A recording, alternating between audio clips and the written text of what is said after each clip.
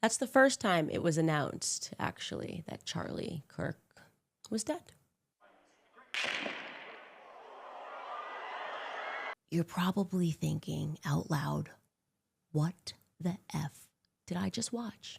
You know, when Candace came back after her break, it didn't feel like a hey, I'm back moment.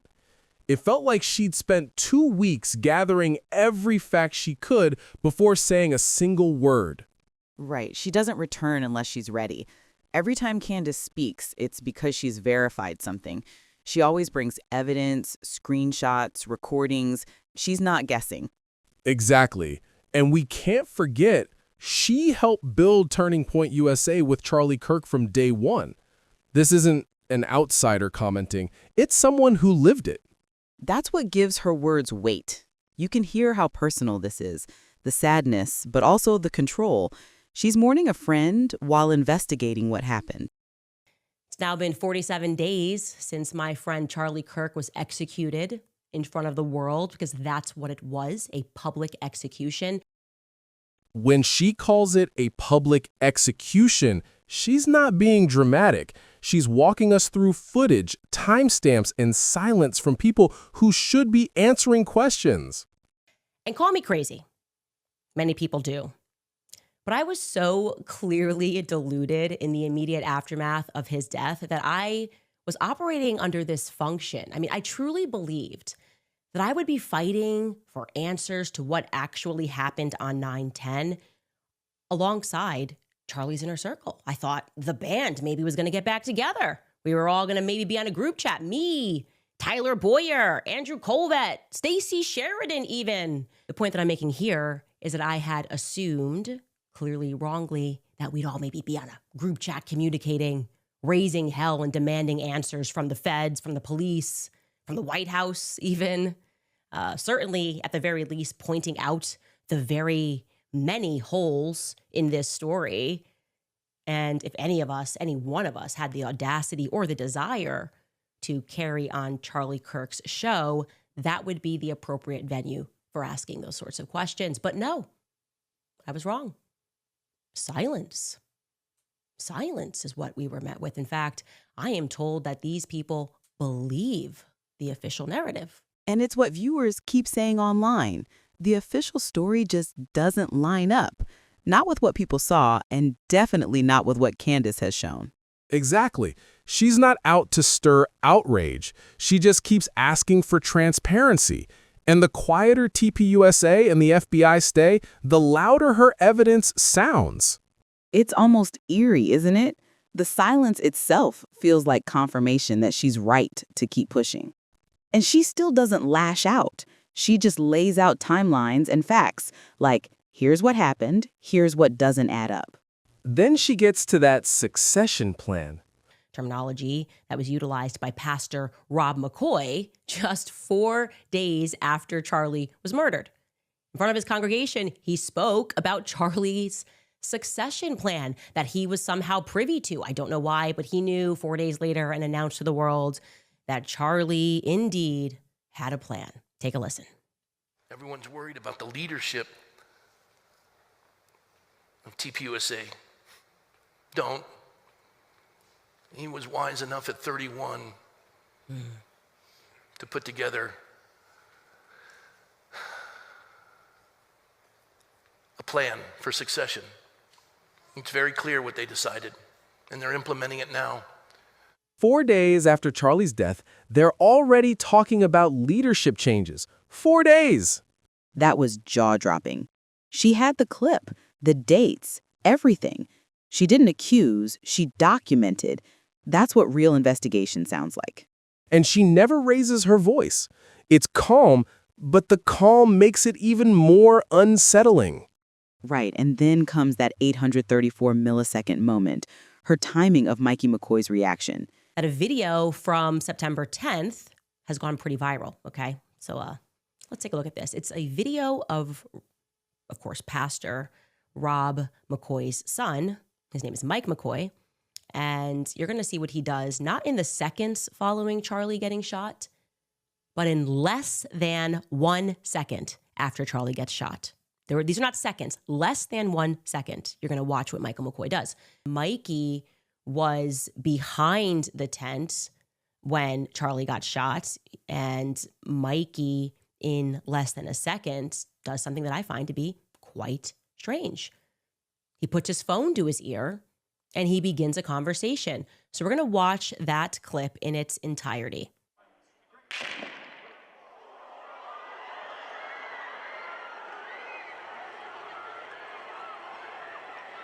She turns into a forensic analyst right there on camera. We decided to slow this clip down.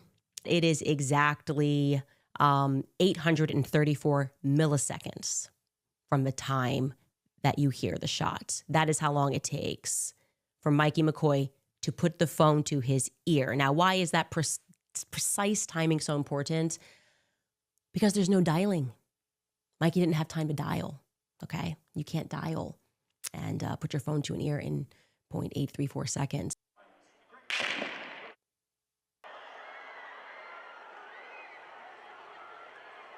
And all she says is, show the call logs. If there's nothing to hide, prove it. Simple. No threats, no shouting, just accountability. And people respect that. And we wouldn't have to make any assumptions if Turning Point USA could just tell the truth. They could just be open and they could be honest about everything. Okay, I obviously went out to both Mikey McCoy and Andrew Colvett for a statement. Asked those two questions. Hey, who were you on the phone with? What's going on here? No response. Weird. Because if that was me and I saw clips going viral and people were drawing conclusions from that clip, thinking that I was already on the phone, thinking that my reaction was weird, I would instantly hit back. I'd say, here's my call log. You want to know who I was on the phone with? 911, obviously. I was freaking out. Then there's the cameraman clip. She doesn't sensationalize it. She asks what anyone human would ask. Why film yourself instead of helping? Yeah, and she does it gently. She's not angry for show. She's genuinely bewildered. They just shot Charlie. They just shot Charlie. They just shot Charlie.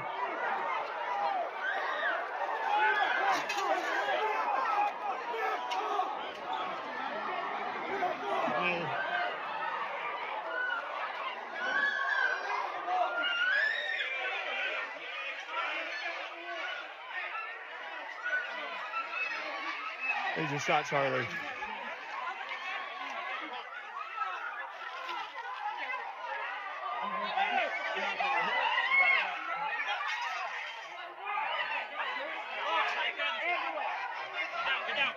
He's dead.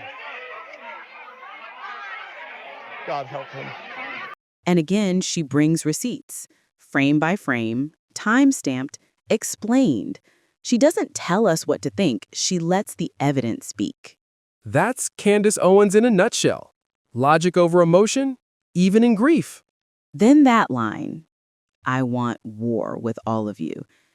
Everything Turning Point is doing is wrong, and you know it's wrong. I want war with all of you. Okay? All of you. And there's a reason. I'm going to get to that reason in a little bit, but I want war with all of you. So write your articles, issue your statements, email the White House, reach out for comment, okay? Say whatever it is you want to say about me. I want war with all of you. Because I know this isn't right. And there is no way you are going to convince me and the rest of the world that all of this is normal. We're not just going to keep on going and jump into a succession plan.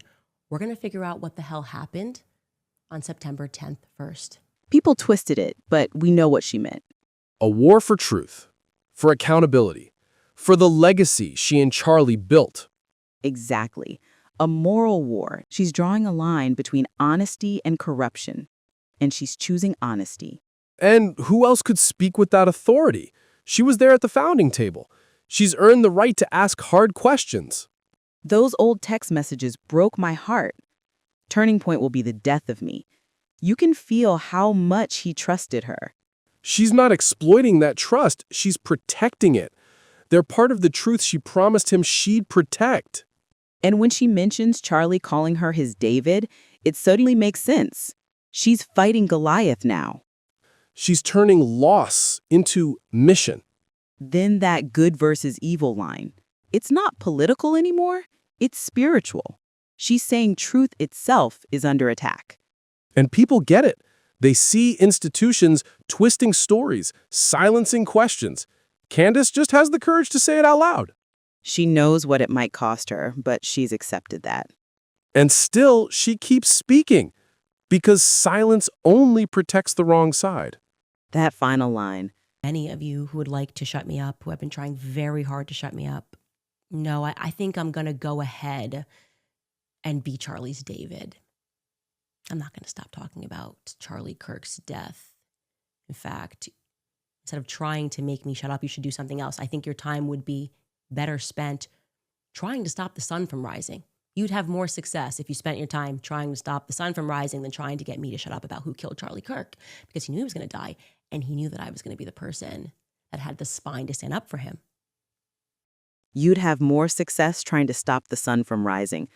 It's powerful because it's hopeful. It's her saying truth can't be buried forever. You can hide it for a while, but it always finds light. Candace Owens isn't just back. She's back on purpose, for truth, for loyalty, and for the friend who trusted her to finish what they started. And that's why people believe her. Evidence, courage, conviction, and a voice that refuses to fade. The comment section under Candace's video has become its own kind of community. Thousands of people processing what happened, together. Here are a few that really capture the range of what people are feeling. Someone wrote, "When exposing a crime is treated as committing a crime, you are being ruled by criminals." That Edward Snowden quote says it all. People feel like truth itself is being punished. Exactly. And that comment alone had nearly 10,000 likes. It shows how much frustration people are carrying right now. Then there's this one. Pastor McCoy embellishing details. He was covered in Charlie's blood. Perhaps he wasn't lying. Charlie's blood is on all of their hands. Right. It's not just political talk anymore. People feel personally betrayed. They're responding like something sacred was violated. Another viewer said, TPUSA died with Charlie. The young folks are not stupid. What they see now is a hollow money machine. They recognize fake people. That's one of the most common sentiments. Disappointment from people who used to believe in the mission. Yeah, you can tell the younger audience especially feels that disconnection. They're not fooled by branding. They want honesty. And one comment that really stood out said, "Candace, we don't know each other, but I'm proud of how you've honored your friend's memory. The world can be dark and deceptive. We all need to keep fighting for something honest and noble. God be with you." That one reads like a prayer. It's heartfelt. It really is. It's people saying, we see you, and we believe truth still matters. And then there are the more analytical comments, like this one. Mikey wasn't reacting to a gunshot. He was waiting for the gunshot. That's chilling because viewers are noticing behavior that just doesn't make sense. Exactly. And it connects to another person who said, Mikey walked. He didn't even run. He just simply walked away from the scene. Such a strange reaction. It's unsettling when ordinary people spot inconsistencies professionals should have explained long ago. And this one, from a mom. My daughter, 25 years old, called me at work crying and panicked when Charlie got shot. We didn't even know him, and we felt sick for a week. That man's reaction was cold and unfeeling. That shows how human this story has become. People are grieving someone they never even met. Right. That's empathy. The kind of connection that makes this go beyond news. Another viewer said, I find it so odd that the camera guy keeps repeating, they shot Charlie. Who is they? Wouldn't it be more natural to say Charlie was shot? That's a small detail, but it's the kind of thing that makes people question everything. Exactly. Every phrase, every reaction, it all matters. People aren't missing those details anymore. And then there's this beautiful one. You don't need 1,000 friends in your life. All you need is one Candace. I hope to be this kind of friend to my friends. That's love. That's loyalty. Yeah, that one really captures what people admire about her. She stood up when everyone else went silent. And these comments, they're proof that people still value courage. What we're seeing here is more than reactions. It's a movement of people demanding truth, compassion, and accountability. And that's the heartbeat of this story. Not outrage, but awakening.